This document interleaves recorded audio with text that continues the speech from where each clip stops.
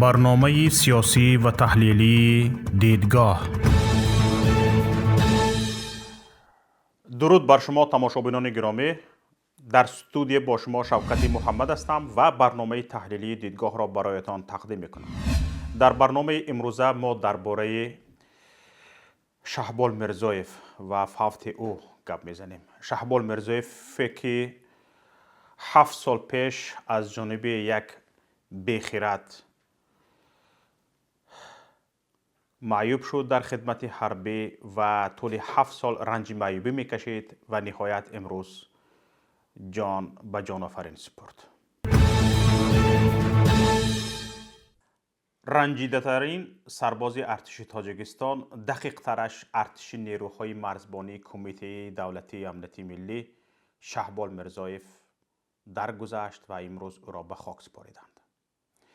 شهبال که بعد لط و کوب شدنش از جانب یک کارمند طبی نیروهای مرزبانی معیوب شده بود، 7 سال رنج کشید. از جاگاه خسته نتوانست و بالاخره دنیا را پدرود گفت.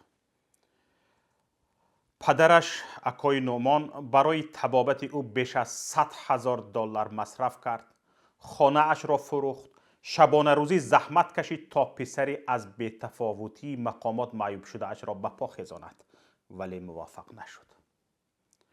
حالا اکای نومان پدر شهبال هم خانه را از دست داد و هم پسر را.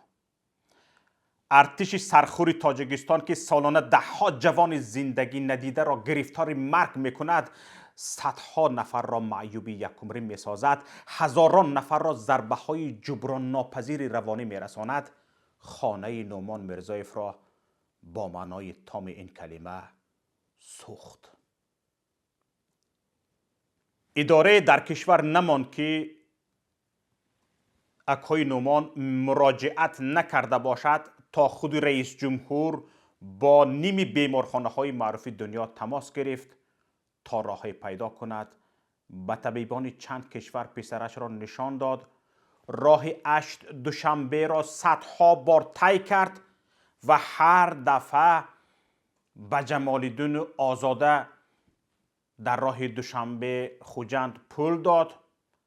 7 سال عمرش را صرف طبابت پسرش نمود، اما یگان مراتبه هیچ مسئول از هیچ اداره کشور کمک چشم رسی نکرد. خداوند جای شهبال را جنت گرداند. مرگ او را چون شهادت قبول کند پروردگار. شهبال رفت و جانش را از این درد و رنج 7 ساله نجات داد، اما داغی همیشگی در دل والدان و برادرش میرزا باقی گذاشت. نه تنها داغ مرگ بی محل شهبال همیشه والدان و نزدیکانش را تعقیب خواهد کرد.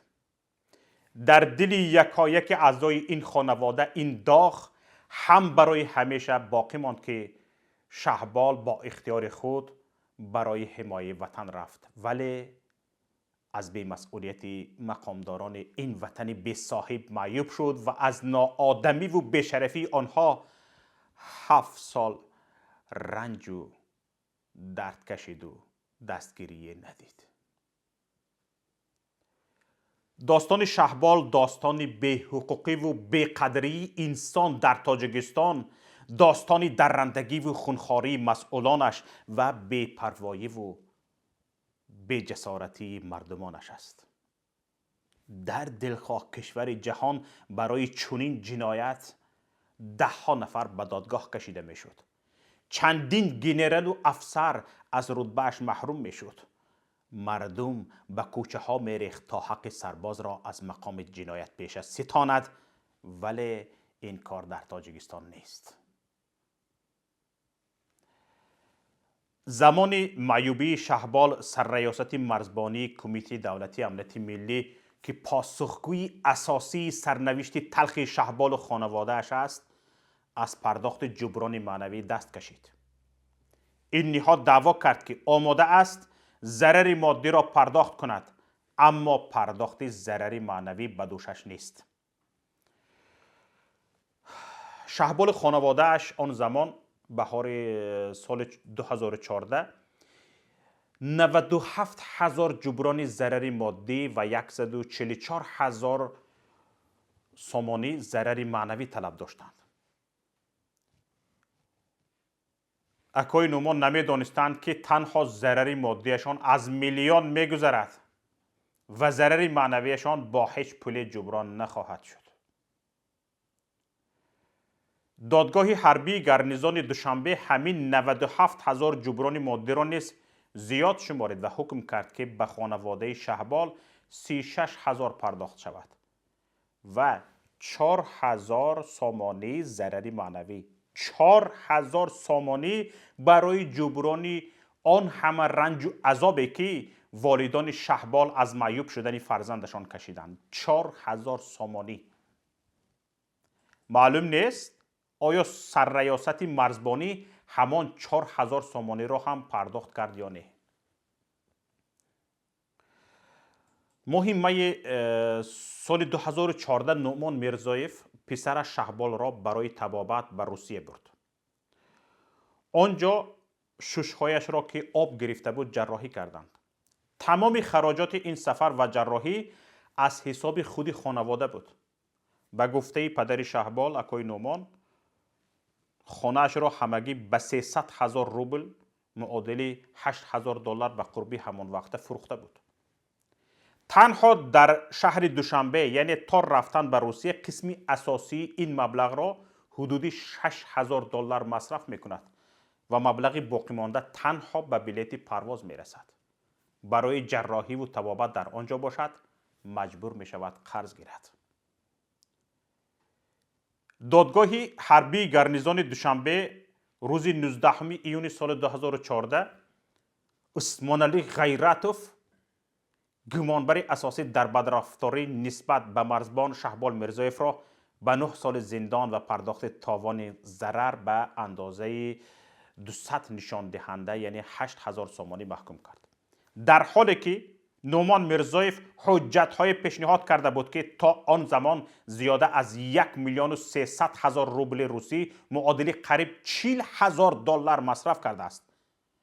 همچنین آن روز دادگاه قرار صادر کرد که فیلدشر سابق قسم نظامی نیروهای مرزبانی تاجیکستان در ناحیه رودکی باید بیش از 5,700 سامانی خرجی را که ریاست نیروهای مرزبانی تا امروز برای طبابت شهبال میرزایف کرده است جبران کند. ببینید تماشابینان گرامی، این حکم مناسبت دادگاه به شهروند آنه که تمامی خراجات دولت از جمله دادگاه ها و ماهانه دادرس ها را تامین می کند از یک طرف و مناسبت به مقامات از طرف دیگر را نشان می دهد. تا آن زمان نعمان میرزایف پدر جبر دیده 200,000 سامانی و ریاست مرزبانی کمیته دولتی امنیت ملی یگانه نهاد گناهکار در این قضیه 5,700 سامانی مصرف کرده اند. 200,000 سامانی گجا و 5,700 سامانی گجا.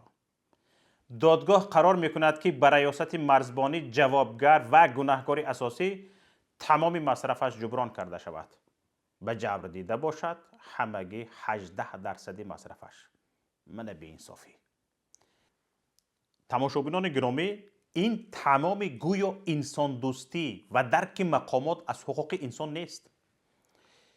در آن مرافعت ظاهرشاه نظیرов حقوقدان سرریاست نیروهای مرزبانی دعوا میکند که در صورت دیگر کارمندان شهبال را مجروح کرده اند، چرا سرریاست آن را جبران نماید؟ گپ را دیدید؟ نظیرов همزمان منت میکند که سرریاست مرزبانی در حجم 7,252 سامانی به علاوه 5 لیتر خون به شهبال کمک کرده است. حقوقدان سرریاست مرزبانی در مرافعه میگوید که نمایندگان این نهاد به شهبال کمک رسانیده است، اما نعمان میرزایف پدر شهبال آن را رد نموده است. سبب رد کردن میرزایف را وکیل دفاعش چنین شرح میدهد.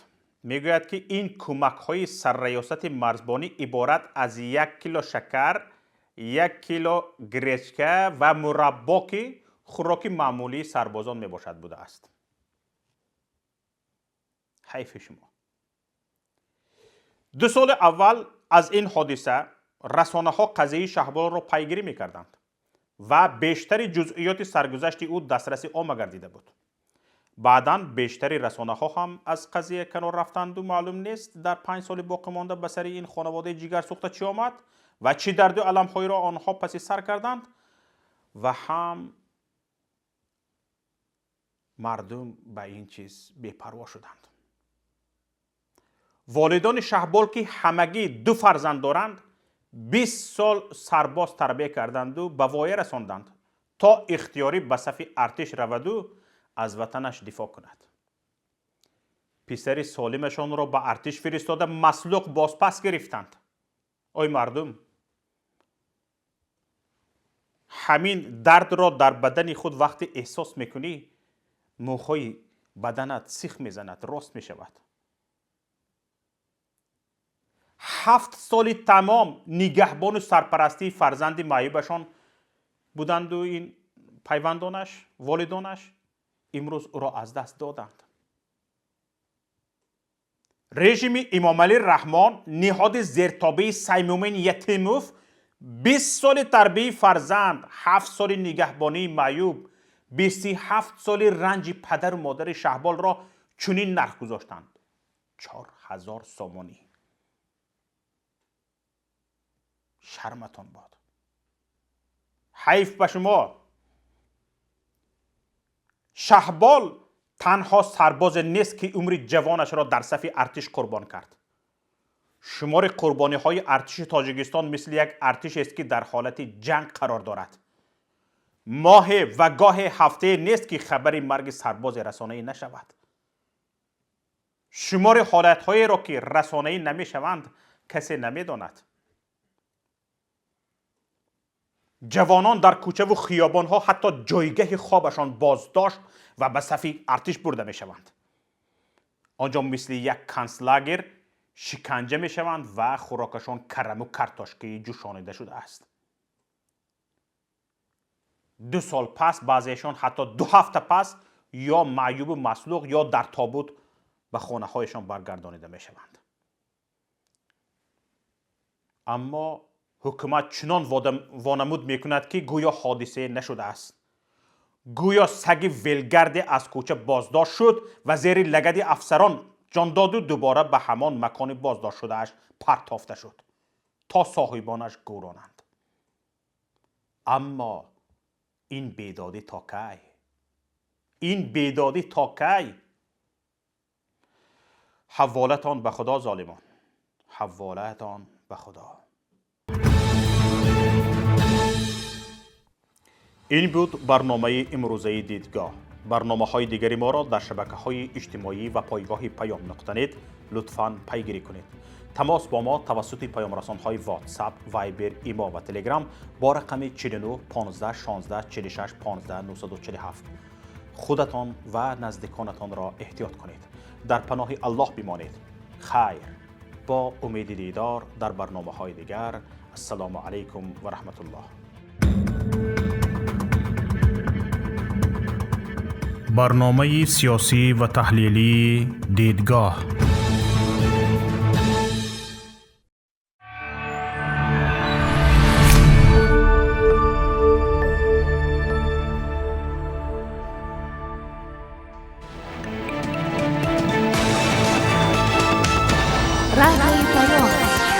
در فضای سیاست صدای جدید.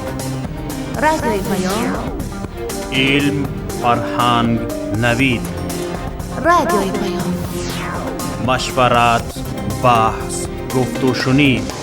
در تمام دنیا روی رسانه اینترنتی رادیو پیام نقطه نت.